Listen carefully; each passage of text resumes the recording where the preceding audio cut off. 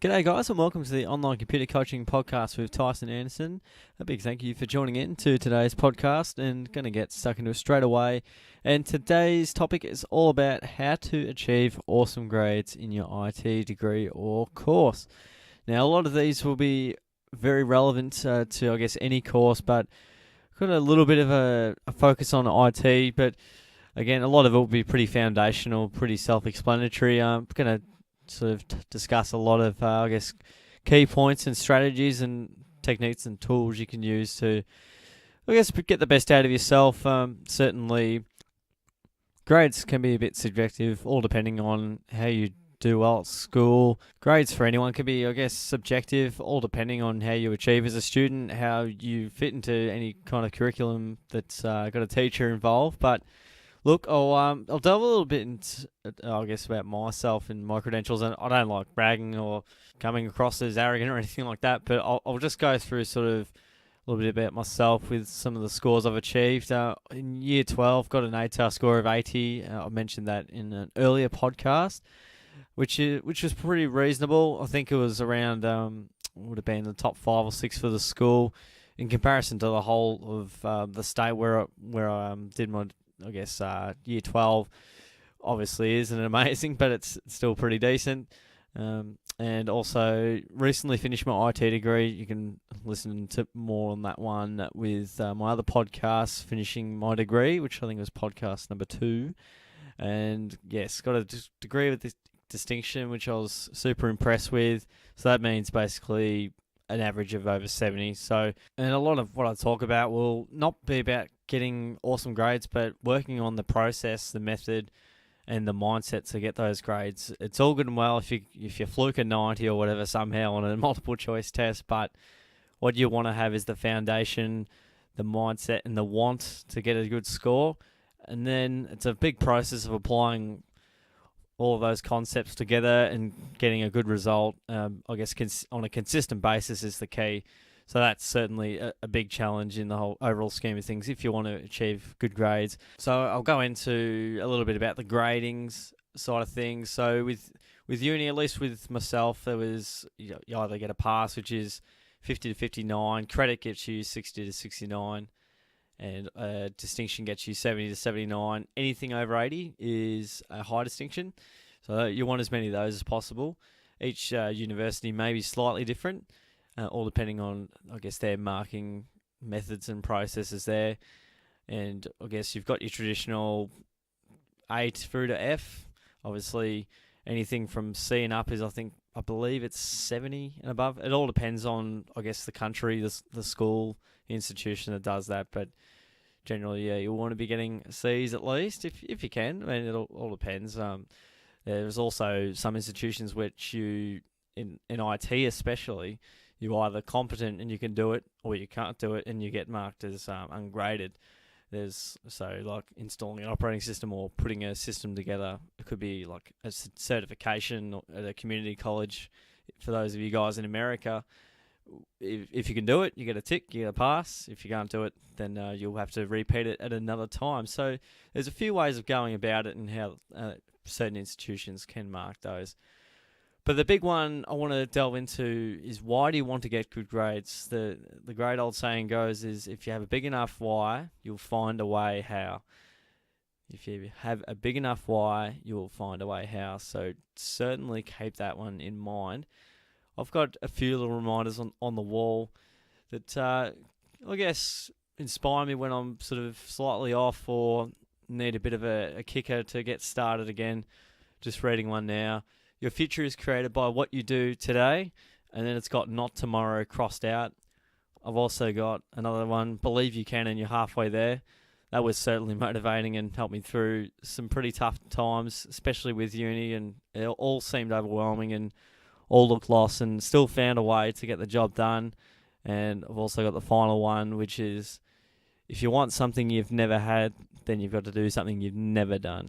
That's so huge and a big inspiration for my podcasts and online computer coaching dream, I suppose. Hopefully one day I can just help out the world. That is my goal. See how that all pans out. But certainly having those motivational posters, if you like, are of great help for me.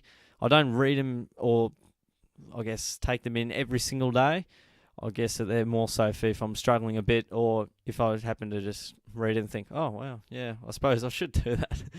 So they are, again, invaluable. Must use them. They're essential to, I guess, getting a bit of success happening, and in this case, achieving awesome grades. So yeah, pretty happy with those. I'll delve into some of the key points and I guess tools and techniques you can use to actually get good grades. Going to all the classes / lectures, well, that's a no-brainer really. If you go to all those classes, lectures, and practical tasks, you're probably going to do better than the people that actually don't go to them.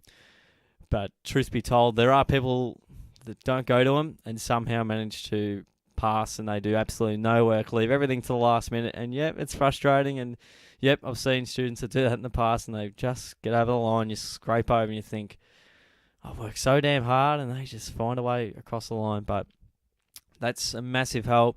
You can have obviously a chat with the lecturers there, either at the end of the lecture most of the time, or you can also have a chat to them in the practical class if that's sort of the case and how it's run at that institution.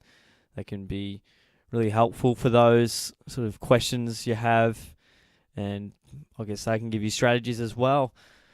And of course, if you're doing exams, lots and lots and lots of practice exams are massive.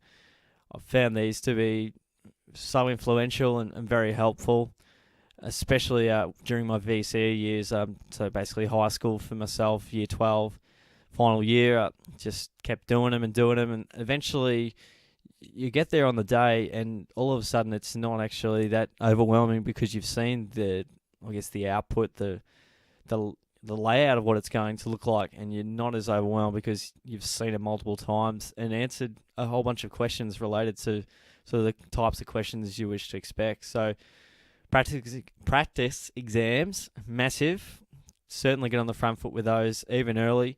Always make a mark of where you went wrong first, and then that can help you shape what you need to revise if you are doing a final exam. So if you forget a certain command or something like that, you highlight it and then you make yourself remember that. Absolutely. Chuck it up on your wall, chuck it on your shower, in your toilet, wherever. You're not going to forget it. And that'll be just a very helpful tool to get that drummed into the brain and in that long-term memory, hopefully for the exam. Research on Google and YouTube about the topics of activities you'll be assessed on. Again, very influential and helpful. If your whole exam's about networking, you go through the OSI model, you go through TCP/IP, you go through all the Cisco, CCNA, and routing commands if they're incorporating Cisco. You go all through the command line commands such as NSLOOKUP, traceRT, basically anything related to networking. You would obviously look up YouTube videos and look for the best ones, and the ones that resonate with you the most would really hold you in really good stead for when you take on that final exam, if that's what you're striving for. For assignments, and they can pop up a fair bit, attack them slowly and methodically. So often you see students that just leave it to the last minute, don't worry about it, and they think, I'll get it at the end of today, I'll get it at the end of the next week. I'll just need a bit of a break. I'll get onto it, when it's a week to go, and I'll get really stuck into it then. I leave it to the night before, and then, oh boy, it gets very stressful and very messy. You're not going to get a great result most of the time. Again, there are exceptions to the rule. If you happen to, try and do it overnight, not recommended at all, and my stress levels don't allow me to leave something to the night before. I have to almost have it done a week or two in advance before I even want to think about doing it overnight. So if you attack them slowly, you take little segments, bits and pieces out of it, and then all of a sudden, the more you work on it, the less there is, and it's essential and crucial if you want to, achieve some good results. Takes the stress away. There's so many positives of doing it in that motion, I suppose. Whenever you hit any roadblocks, not sure, ask for help. People are too proud. People have big egos. They just want them to do it themselves. They want to be the hero and, sort of silently be in trouble. Reach out to mentors, teachers, lecturers, experts in the field, even your co-workers if you're working as well as studying. Past students are also a great reference source. Students that are a few years above you are a great resource because they've probably been through what you're currently doing. So they would be a good measure and certainly a great resource to utilise. And I listed a bunch of people there that can certainly help and provide you with some good results. They can't do it for you, but they can point you in the right direction at the very least most of the time. Not everyone's going to be 100% helpful, but certainly utilise the resources you have there available to achieve the best possible results. Partner up with someone else, even if you want to be cheeky and find the best performing student or who's the best student in the class and befriend them. It can seem a little bit, I wouldn't say deceitful, but could be a little bit of a test. You might make a great friend and also be able to utilise some of your skills to some of their weaknesses. So it can be a win-win for everyone if you utilise, people and resources in a proper way. Don't be like, hey mate, can you just help me out with this question, or you only contact them when you need help. Befriend them, be a good person to them. Just be normal, I suppose. Don't eke them out for all they're worth. So be a good guy or girl about it, for sure. And revision is one that often gets overlooked. And let's be honest, I wanted to implement this, but didn't do it often enough. But revise what you learn each day, or every week you go through the key points of all the subjects or the main subject you're studying for. I wish I did more of this and maybe I could have achieved better results, but still pretty happy with how I went overall. So it's pretty much just reading through the notes, and then I guess mind mapping is another little tool or technique you can, implement to see how much you've remembered, and it really sort of gets the brain ticking. And mind maps really sort of outline what you sort of are aware of, what you know, and also outlines what you're not too sure of, the things you forget. So it can be a good tool there to utilise. As I've sort of reiterated, there'll be a lot of tools and utilisation and implementation. It seems to be the main words I'm saying, the key words there. For the best memory of remembering something, teach someone else. Teach someone else how something works. If you want to teach someone how the OSI model works or all the layers of the OSI model, if you teach someone, you will not forget it nearly as easily as you would listening to it, watching a video. So I think audio, video, listening to a lecture are all sort of down the bottom of that pyramid. If you teach someone a concept, you're less likely to forget it.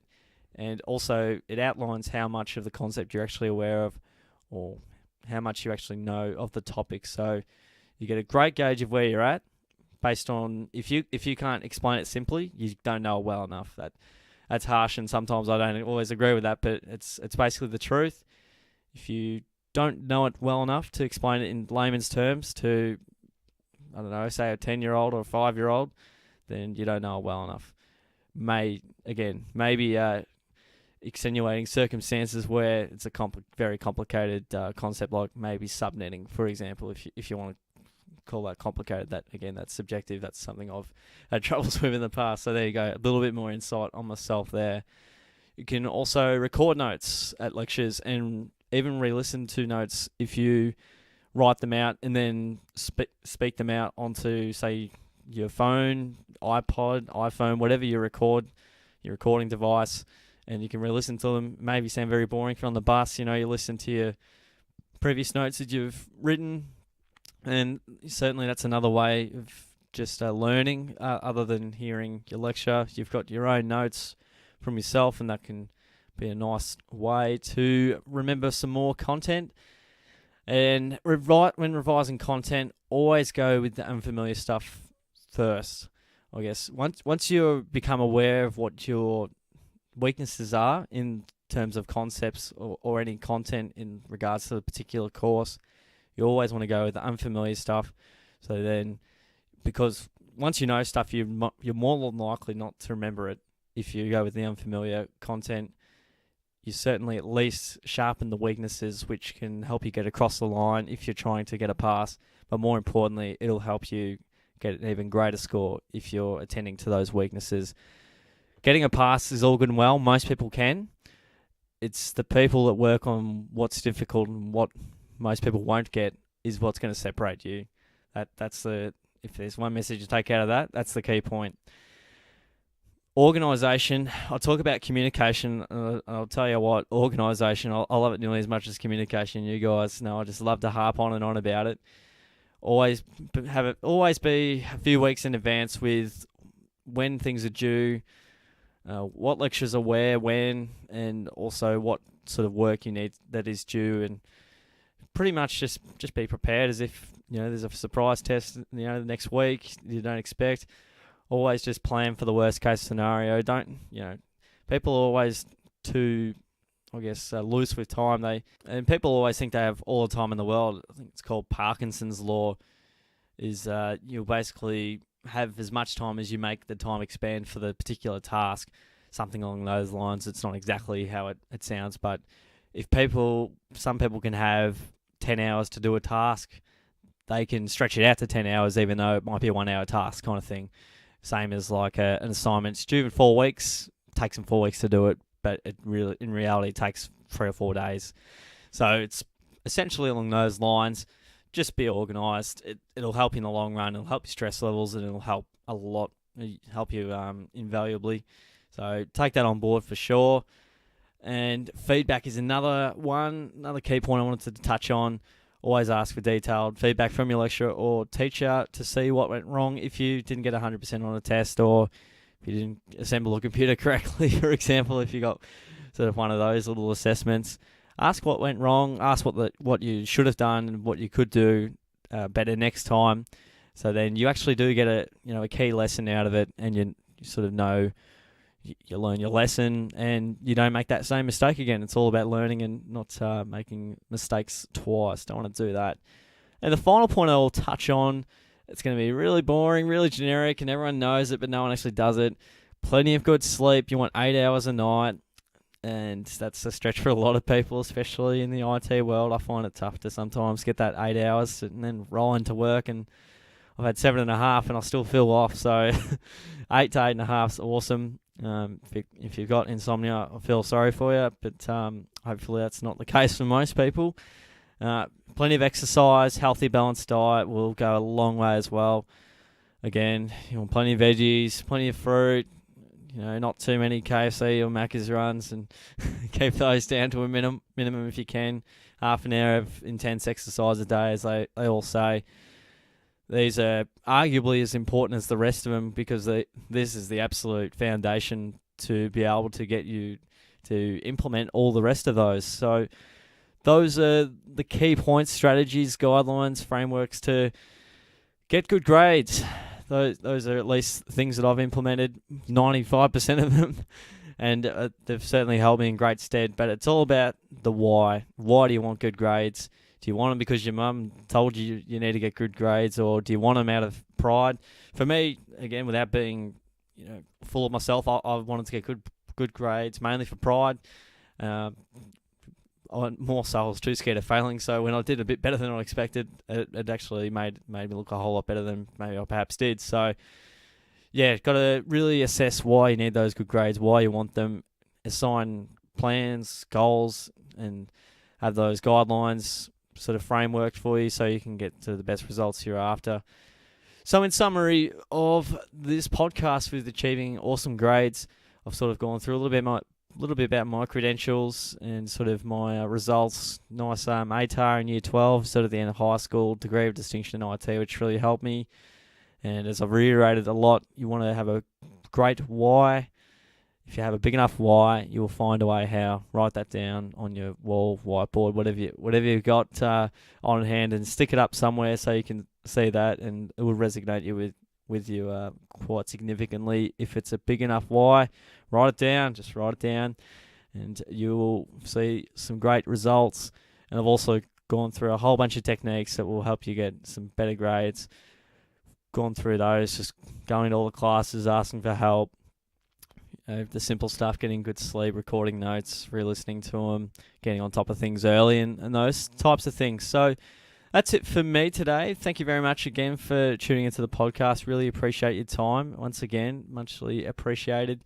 And feel free to subscribe to me on iTunes. Leave a rating, an honest rating. If it's 5 stars, that's amazing. Thank you very much. Whatever suits you, really. So feel free to check out the website for more podcasts and tutorials and handy resources on my website at onlinecomputercoaching.com. And you can find the show notes for this one at onlinecomputercoaching.com/EP5. And that'll sort of summarize the key points I've mentioned in this podcast. So without further ado, thank you once again for listening, guys, to the podcast. And I'll catch you guys on the next one.